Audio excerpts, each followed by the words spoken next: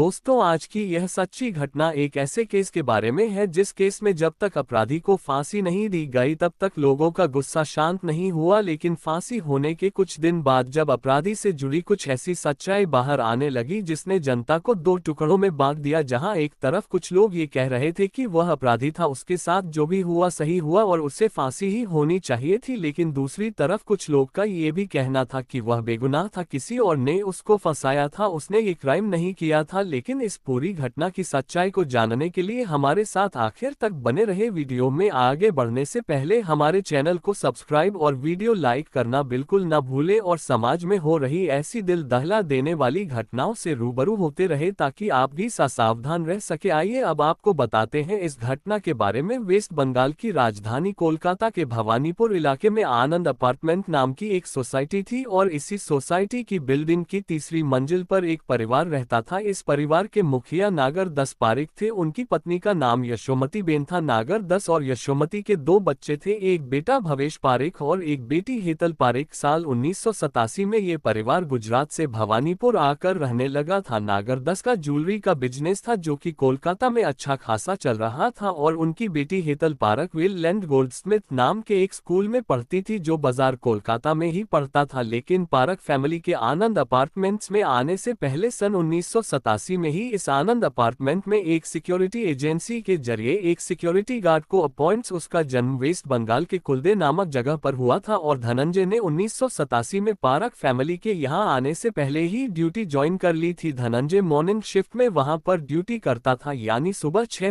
बजे से लेकर दोपहर के 2 बजे तक उसकी ड्यूटी खत्म हो जाती थी और सब कुछ ऐसे ही ठीक चल रहा था। उधर पारेख फैमिली में भी सब कुछ नॉर्मल था। पिता नागर दस और उनका बेटा ज्वेलरी का बिजनेस संभालते थे, माँ एक हाउसवाइफ थी और बेटी स्कूल में पढ़ती थी। इधर धनंजय की सिक्योरिटी गार्ड वाली नौकरी भी ठीक चल रही थी और फिर साल 1989 में धनंजय ने एक लड़की से शादी कर ली। उस लड़की का नाम पूर्णिमा था। वह लड़की आंगनवाड़ी में एक वर्कर थी और 0 पर मंथ की सैलरी पर काम करती थी। धनंजय ने पूर्णिमा से यह कहकर शादी की थी कि यह बीएसएफ का जवान है, लेकिन शादी के बाद पूर्णिमा को पता चला कि धनंजय तो किसी अपार्टमेंट में सिक्योरिटी गार्ड की नौकरी करता है। लेकिन अब तो शादी हो चुकी थी और अब कुछ भी नहीं हो सकता था। पूर्णिमा को मजबूरन इस सच्चाई को स्वीकार करना पड़ा। इसके बाद वह सब कुछ भुलाकर खुशी खुशी रहने लगी और अब सन 1990 का साल शुरू हो चुका था। नागर दस की बेटी हेतल पारेख 10th क्लास में पढ़ती थी। मार्च महीने के आसपास में उसका बोर्ड्स का एग्जाम शुरू हो गया। सुबह 7:30 बजे के समय वह अपने घर से एग्जाम के लिए निकलती थी। उसका आईसीएसई बोर्ड्स का एग्जाम था और दोपहर के 1 बजे तक एग्जाम खत्म होने के बाद वो घर वापस आ जाती थी। लेकिन 2 मार्च को जब वह अपने घर आती है तो अपनी माँ से कहती है कि नीचे जो सिक्योरिटी गार्ड है वह मुझे गंदी नजर से देखता है और गंदे गंदे कमेंट्स पास करता है। माँ ने अपनी बेटी की इन बातों पर ज्यादा ध्यान नहीं दिया, लेकिन जब 3 मार्च को हेतल एग्जाम देने के बाद घर वापस आती है और फिर से अपनी माँ से कहती है कि आज फिर जब वह आ रही थी तो सिक्योरिटी गार्ड ने गंदे लहजे से उससे पिक्चर देखने चलने को कहा है। इस बार हेतल की माँ को गुस्सा आता है और थोड़ा अजीब भी लगता है। शाम को जब हेतल के पिता नागर दस घर पर आते हैं तो हेतल की माँ यशोमती ने उनसे सारी बात बताई, यानी जो कुछ हरकत वह सिक्योरिटी गार्ड हेतल के साथ कर रहा था वह सब हेतल के पिता को बताया। और यह सब सुनकर नागर दस को बहुत गुस्सा आता है और वह उसी समय सोसाइटी के हेड से कंप्लेंट कर देते हैं। सोसाइटी की कमेटी कंप्लेंट को देखते हुए एक्शन लेती है और 4 मार्च को सिक्योरिटी गार्ड धनंजय चटर्जी का किसी दूसरे जगह पर ट्रांसफर कर देती है। अब 5 मार्च को नए सिक्योरिटी गार्ड को आनंद अपार्टमेंट्स में आना था और धनंजय को कहीं और ड्यूटी ज्वाइन करना था। लेकिन जब 5 मार्च 1990 का दिन शुरू होता है धनंजय को कहीं और ड्यूटी जाना था, लेकिन वह नहीं गया और सुबह के 6 बजे वह आनंद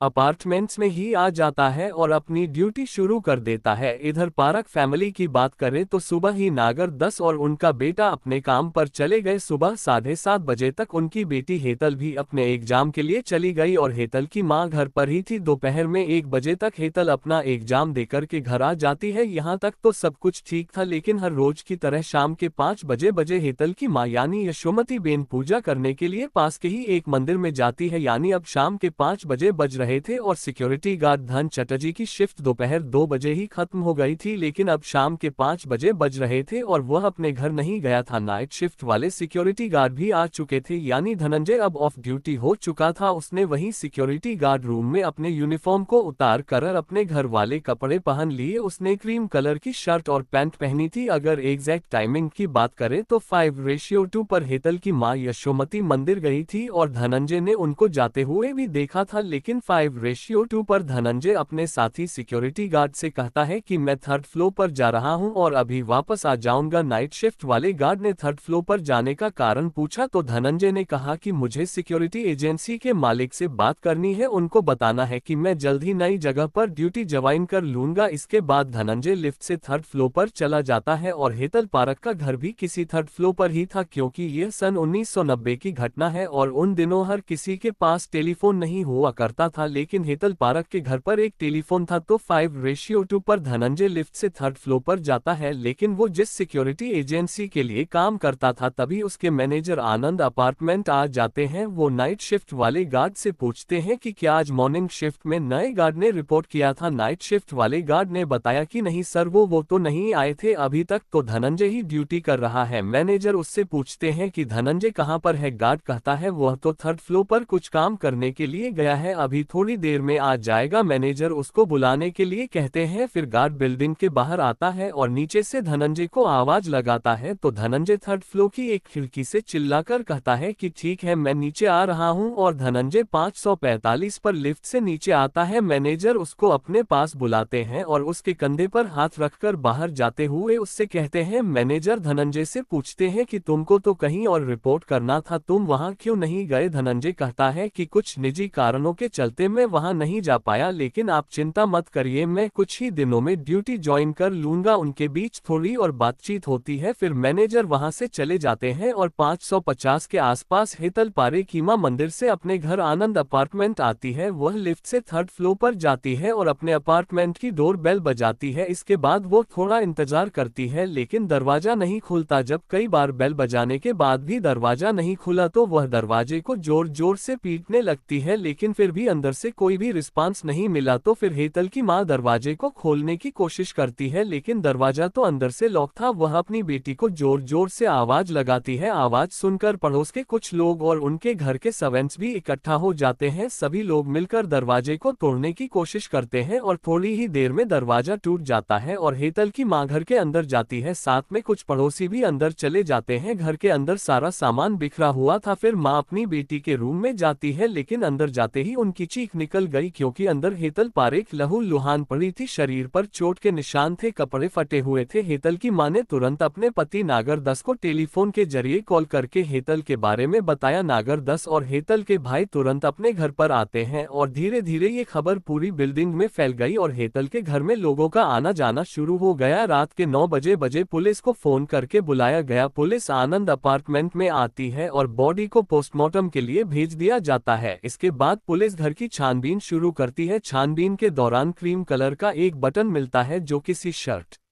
का लगता था और एक गले की चैन मिलती है। इस चैन को देखकर पड़ोस में काम करने वाले एक सर्वेंट ने क्लेम किया कि यह चैन उसकी है और यहां आने के बाद भीड़ भाड़ में गिर गई थी। पुलिस को बटन और चेन के अलावा भी सर्कमस्टेंशियल एविडेंस मिलते हैं, जैसे खून के सैंपल, फटे हुए कपड़े वगैरह। फिर 6 मार्च को पुलिस लोगों से पूछताछ शुरू करती है। हेतल के पिता कहते हैं कि मेरी बेटी को धनंजय नाम का एक सिक्योरिटी गार्ड परेशान करता था और मैंने उसके खिलाफ सोसाइटी में कंप्लेंट भी दर्ज कराई थी, जिसके बाद उसका ट्रांसफर हो गया था। 5 मार्च को उसको दूसरी जगह पर ड्यूटी ज्वाइन करनी थी, लेकिन वो नहीं गया और वह यहीं पर रुका रहा। मुझे शक है कि इस घटना के पीछे उसका ही हाथ होगा और पुलिस की एक टीम धनंजय को ढूंढना शुरू कर देती है। बिल्डिंग के आसपास में देखा जाता है, लेकिन वह कहीं नहीं मिलता और जब हेतल की मां से पूछताछ की जाती है तो हेतल की मां ने भी वही बताया जो उसके पिता ने बताया था। साथ में उन्होंने ये भी कहा कि जब मैं कल शाम को मंदिर से वापस घर आई तो लिफ्टमैन ने मुझे बताया था कि उसने धनंजय को मेरे अपार्टमेंट की तरफ जाते हुए देखा था। हेतल की मां ने यह भी बताया कि उनके घर से एक घड़ी भी गायब हुई है। शायद धनंजय ने घर से निकलते समय उस घड़ी को चुरा लिया होगा, लेकिन जब लिफ्टमैन से पूछताछ की जाती है तो वह कहता है कि मैंने कल शाम को 545 पर धनंजय को हेतल के अपार्टमेंट में नहीं, उसको लिफ्ट से नीचे आते वक्त देखा था। पुलिस पूछती है कि वह कितने बजे ऊपर गया था तो लिफ्टमैन कहता है कि मैंने उसको ऊपर जाते समय नहीं देखा था, उस समय मैं वॉशरूम में चला गया था। यहाँ गौर करने वाली बात यह है कि हेतल की मां ने पुलिस को अपने बयान में बताया था कि उनसे लिफ्टमैन ने कहा था कि धनंजय को उसने उनके अपार्टमेंट में जाते हुए देखा था, लेकिन यहाँ तो पुलिस को लिफ्टमैन खुद बोल रहा है कि धनंजय जब थर्ड फ्लोर पर आया था तो यह वॉशरूम में चला गया था। इसका मतलब है कि हेतल की मां झूठ बोल रही थी। अब पुलिस नाइट शिफ्ट वाले सिक्योरिटी गार्ड से पूछताछ करती है। उस गार्ड ने बताया कि 5:2 पर धनंजय थर्ड फ्लोर पर गया था। उसी समय हमारे सिक्योरिटी एजेंसी के मैनेजर यहाँ पर आ गए तो मैंने धनंजय को ऊपर से नीचे आने के लिए आवाज लगाई थी। उस समय करीब 545 हो रहे थे और धनंजय तुरंत नीचे आ गया था। अब सिक्योरिटी गार्ड के उस मैनेजर को आनंद अपार्टमेंट में बुलाया जाता है और उनसे पूछताछ की जाती है। उनसे धनंजय के बारे में कुछ और भी जानकारियां मिलती हैं। उन्होंने बताया कि 5 मार्च को धनंजय को कहीं और ड्यूटी ज्वाइन करना था, लेकिन वह नहीं गया क्योंकि उसके कुछ पर्सनल कारण थे। उसके घर पर किसी बच्चे की जनेऊ संस्कार की पूजा थी और 5 मार्च की रात को उसे अपने गांव जाना था। उसने सुबह ही अपना बैग पैक करके रख लिया था और वह अपने बैग को लेकर अपनी ड्यूटी पर आ गया था। उसका प्लान ये था कि वह यहीं से कपड़े बदल कर सीधा अपने गांव के लिए निकल जाएगा, लेकिन गांव जाने में अभी थोड़ा समय था तो कुछ घंटे वह बिल्डिंग में ही रुक गया था। फिर वह किसी थिएटर में फिल्म देखने के लिए चला गया। उसके बाद वह अपने गांव के लिए निकल गया। इधर हेतल के पोस्टमार्टम की रिपोर्ट आ गई थी जिसमें ये पता चला कि हेतल के शरीर पर चाकू के निशान थे, लेकिन इन सबसे पहले हेतल का गला घोंटा गया था। डॉक्टर को सेक्सुअल इंटरकोर्स का यानी शारीरिक संबंध बनाए जाने का भी निशान मिला। चाकू के निशान के अलावा भी कई और इंजरी थी और कहां-कहां पर चाकू के निशान थे यह आप इस इमेज में भी देख सकते हैं। 5 मार्च को ये घटना घटी थी और 12 मई को यानी 2 महीनों के बाद पुलिस धनंजय को उसके गांव में जाकर अरेस्ट कर लेती है। उसके बाद उसके घर की तलाशी ली जाती है। घर की तलाशी में पुलिस को वह कपड़ा भी मिल जाता है जिसे धनंजय ने वारदात वाले दिन पहना था और वह घड़ी भी मिल गई थी जो उसने पारक फैमिली के घर से चोरी की थी। अब आपके दिमाग में ये कहानी घूमनी शुरू हो गई होगी कि धनंजय थर्ड फ्लोर पर आया होगा, उसने हेतल को मारा होगा और जब उसके कपड़ों पर खून के छींटे आए होंगे तो उसने कपड़े बदल लिए होंगे क्योंकि वह अपने कपड़ों का बैग साथ लेकर आया था। इसके बाद उसने घड़ी चोरी की होगी और फिर यह सब करने के बाद धनंजय नीचे आ गया होगा। यही कहानी उस समय भी लोगों की जबान पर थी और यही कहानी मीडिया में चल रही थी और सबको यही लगने लगा था कि धनंजय ने पहले तो हेतल के साथ किया होगा और फिर उसकी हत्या कर दी। लोगों का गुस्सा और ज्यादा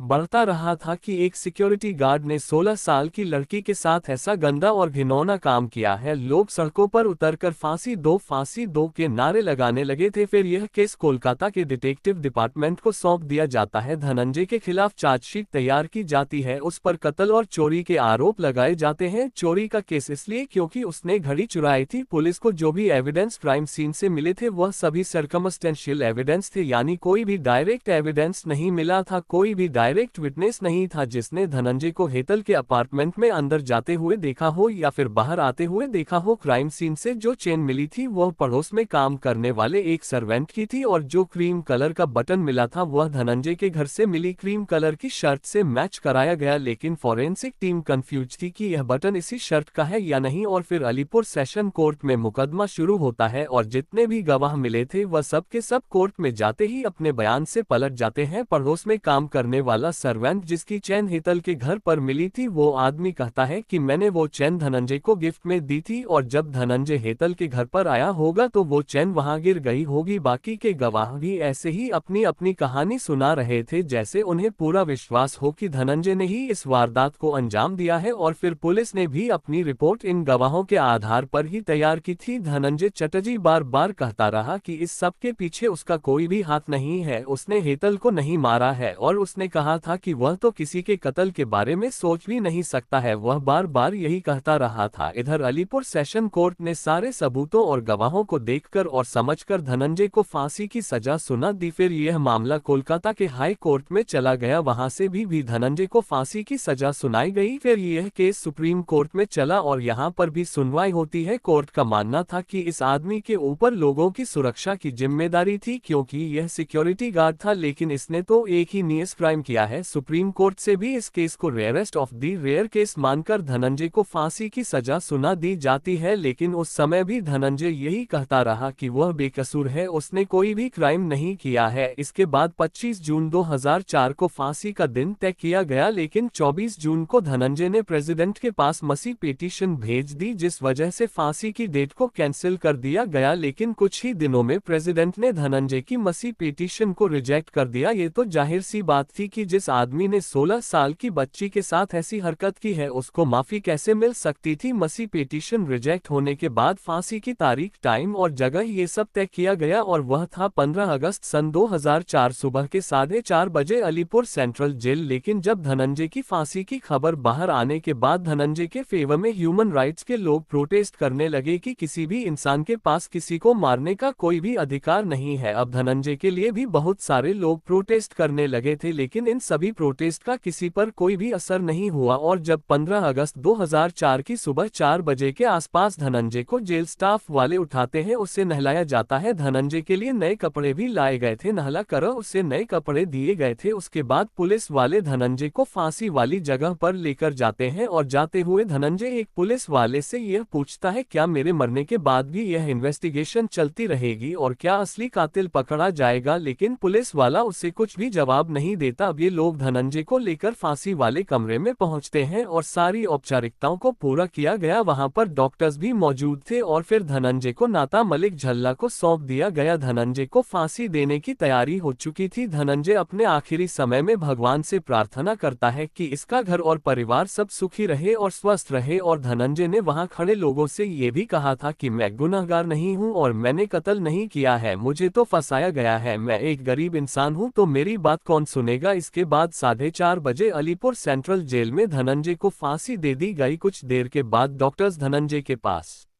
जाते हैं ये देखने के लिए कि वह मर गया है या फिर जिंदा है। जब डॉक्टर्स ने कंफर्म कर दिया कि धनंजय की मौत हो चुकी है, इसके बाद उसकी बॉडी को फांसी के फंदे से निकाला गया। धनंजय की बॉडी को लेने के लिए उसके घर से कोई भी नहीं आया था क्योंकि सबको यही लगता था कि धनंजय क्रिमिनल था और फिर जेल अथॉरिटीज ने ही धनंजय का अंतिम संस्कार कर दिया। अब ये केस खत्म हो गया था, अब सबको शांत हो जाना चाहिए था, लेकिन ऐसा नहीं होता है क्योंकि सभी लोग इस केस को विक्टिम के एंगल से देख रहे थे। लेकिन कुछ लोग ऐसे भी थे जिन्होंने सोचा कि क्यों ना इस केस को धनंजय के एंगल से भी देखा जाए। धनंजय ने एक इंटरव्यू में बताया था कि वह 3rd फ्लोर पर गया तो था, लेकिन हेतल पारेख के घर की तरफ नहीं गया था, बल्कि लोग उसको कभी कभार मेंटेनेंस के लिए बुला लेते थे। किसी की कोई भी चीज खराब हो जाती तो वो उसे ठीक कर देता या फिर उसे रिपेयरिंग शॉप पर भिजवा दिया करता था। और इंटरव्यू में ये भी बताया था कि उसने कभी हेतल के साथ बदतमीजी नहीं की थी, बल्कि वह तो वहां किसी से बात भी नहीं करता था, वह तो अपने काम से काम रखता था। जब कोई उसे किसी काम के लिए बुलाता था तो तभी वह उनसे बात करता था। लेकिन एक और कहानी थी जिस पर नजर कुछ साल बाद पड़ी और यह कहानी थी धनंजय के नजरिए से। फांसी के फंदे पर चढ़ते वक्त तक धनंजय ये कहता रहा था कि वो निर्दोष है, उसने कभी अपना जुर्म स्वीकार नहीं किया था। दूसरी कहानी कई साल बाद सामने आई जब इंडियन स्टेटिस्ट इंस्टीट्यूट ऑफ कोलकाता के 2 स्कॉलर्स ने इस केस का एनालिसिस करके कुछ नए तथ्य सामने रखे। फॉरेंसिक एक्सपर्ट ने बताया कि धनंजय के कपड़ों पर खून का कहीं कोई निशान नहीं था। इस मामले में उंगलियों के निशान महत्वपूर्ण सुराग हो सकते थे, लेकिन पुलिस को घटनास्थल से या हेतल के शरीर से धनंजय के कोई निशान या कोई फिंगरप्रिंट्स भी नहीं मिले थे। हेतल के शरीर पर चाकू के 21 निशान थे, लेकिन वह चाकू भी कभी कोर्ट में पेश नहीं किया गया। और अगर बात करते हैं गवाहों की, तो पहला गवाह एक दूसरा गार्ड था जिसने दावा किया था कि 545 पर उसने धनंजय को आवाज दी थी और उसने वहां से नीचे झांक के देखा था। एक और व्यक्ति था, एक लिफ्टमैन, जिसने पहले इस बात पर हामी भरी थी, लेकिन बाद में वह अपने बयान से पलटा। उसने बताया कि उसने धनंजय को 5:45 पर नीचे आते देखा था, लेकिन ऊपर जाते हुए नहीं देखा। दोनों गवाहों की बातें आपस में मेल नहीं खा रही थी। दूसरा गार्ड कह रहा था कि जब उसने धनंजय को आवाज दी तो उसने तीसरे माले से नीचे देखा था, जबकि हर माले पर लोहे की ग्रिल लगी हुई थी, यानी फैंस थी, यानी अगर वहां से कोई नीचे झांके तो नीचे वाला आदमी उसे देख नहीं सकता था। हेतल की मां और सिक्योरिटी गार्ड के अनुसार हेतल की मां 5:20 पर मंदिर के लिए निकली थी, जबकि लिफ्टमैन ने बताया कि तब समय 4:1 हो रहा था, और यह कि जब गवाहों के अनुसार धनंजय 5:2 पर बिल्डिंग में हेतल वाले फ्लोर पर गया और 5:45 मिनट पर बाहर भी आ गया, यानी इस पूरे कांड को अंजाम देने के लिए धनंजय के पास सिर्फ 20 मिनट थे। और इस बीच उसने अपना नाम पुकारा जाने पर बाहर निकलकर नीचे झांक कर जवाब भी दिया था। और धनंजय के घर से बरामद हुई घड़ी को लेकर भी कई सवाल उठाए गए, क्योंकि उस दिन अपार्टमेंट में और कई चीजें थी, लेकिन सिर्फ घड़ी ही गायब हुई। और जांच में चोरी हुई घड़ी और धनंजय के पास से बरामद हुई घड़ी के सीरियल नंबर भी मैच नहीं हुए थे। और फॉरेंसिक एविडेंस के अनुसार हेतल के अंडरगारमेंट्स में वीर्य के निशान पाए गए, लेकिन कोई भी डीएनए टेस्ट नहीं करवाया गया। घटनास्थल से मिले खून के निशान भी धनंजय के खून से मैच नहीं करते थे। पोस्टमार्टम रिपोर्ट में सेक्सुअल इंटरकोर्स की बात थी, लेकिन रेप किए जाने या जबरदस्ती की कोई बात मेंशन नहीं थी। एक सवाल ये भी था कि अगर हेतल ने धनंजय द्वारा छेड़े जाने की शिकायत की थी तो हेतल ने उसे अंदर क्यों घुसने दिया। जब हेतल की मां घर पहुंचती है तो दरवाजा अंदर से बंद था। बाहर निकलकर धनंजय दरवाजा अंदर से कैसे बंद कर सकता था, और हेतल तो मर चुकी थी, उसने दरवाजा कैसे लगाया होगा। एक बात ये भी पता चली थी कि जिस गार्ड ने धनंजय के खिलाफ गवाही दी थी, धनंजय ने खुद उसके खिलाफ अपने सुपरवाइजर से कंप्लेंट की हुई थी। कॉन्फ्लिक्ट ऑफ इंटरेस्ट पर भी अदालत में ध्यान नहीं दिया गया। ऑफिशियल कहानी के अनुसार हेतल की मौत के बाद उसकी मां उसे डॉक्टर के पास लेकर गई, जबकि वह पहले ही मर चुकी थी। पुलिस को इसके बारे में 3 घंटे बाद क्यों